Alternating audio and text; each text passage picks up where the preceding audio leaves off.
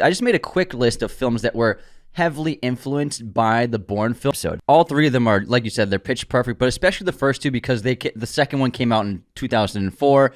Ultimatum was, I think, 07. Yeah, 3-year difference. But so some films that were influenced by Bourne had come out before Ultimatum. So I'm mainly saying Identity and Supremacy really changed the genre. Daniel Craig's Bond films, Broccoli and the other producers were heavily influenced by the Bourne movies, and that's what really made them change the direction to be gritty, very hard, tough action, excellent combat sequences. You didn't really see combat sequences on the scale of like the Daniel Craig Bond movies and Bond movies before. It wasn't like great fight scenes, excellent chases. I mean, we see him riding the motorcycle a couple of times in the last few, and fantastic car chases throughout European cities. Foot chases as well. Foot chases. I mean, Casino Royale opens with that magnificent foot chase. Very, very much inspired by the Bourne franchise. And the directors and producers of the films were like, let's emulate what they did with Bourne and make that a Bond film.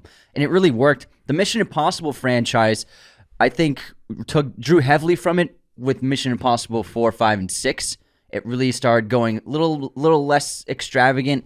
The third film, J.J. Abrams did an excellent job as well, but we were starting to get the great car chases in the 4, 5, and 6 in the European locales, especially with the last two films. These great car chases, great motorcycle chases, as well as some hand-to-hand combat, making it feel grittier and less bombastic, less espionage-y as the first few films. So Mission Impossible definitely took a lot of inspiration from Bourne. The John Wick franchise, in my opinion, wouldn't exist without the Bourne franchise first.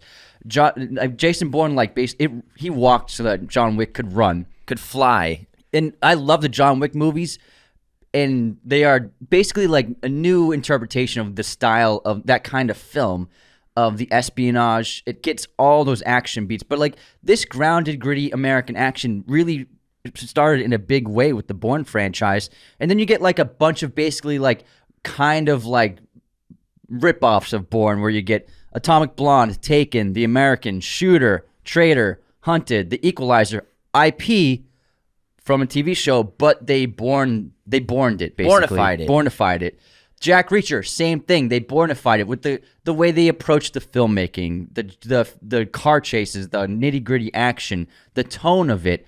Extraction, Chris Hemsworth's new Netflix franchise, heavily influenced by the Bourne films. And Hemsworth and Matt Damon are actually very close friends now, and I think the Bourne films are a couple of his, like, they're some of his favorite movies of all time, and I think he wanted to make his own, like, kind of Bourne franchise. Safe House with Denzel, The Recruit with Colin Farrell came out just a couple of years after the Bourne Identity, and that's not counting all of, like, the espionage spy action movies that came out that weren't very good around that time. So it really exploded this new kind of genre within the action genre of like this espionage, gritty, hard action, globetrotting kind of style of filmmaking. But it really started with Bourne. And I'm talking in Hollywood for sure. And you see it, flourishes of it on movies even like Jurassic World. Captain America, The Winter Soldier. It feels like a Bourne movie. It's a Bourne movie. And I go back to John Wick too, because we love John Wick. And you know that pencil story, the Baba Yaga. The fucking pencil. Jason Bourne did it first. He did it with a pen in Bourne Identity in the apartment. He takes a guy out, doesn't kill him with the pen, but he uses it as a weapon. So like the influence of Bourne, you could compare it to something like Batman Begins in the comic book movie genre, especially with the start of the MCU and DC after that movie came out. Like that integral to a whole entire genre of movies. Now this franchise has grossed $1.6 billion globally, all 5 films.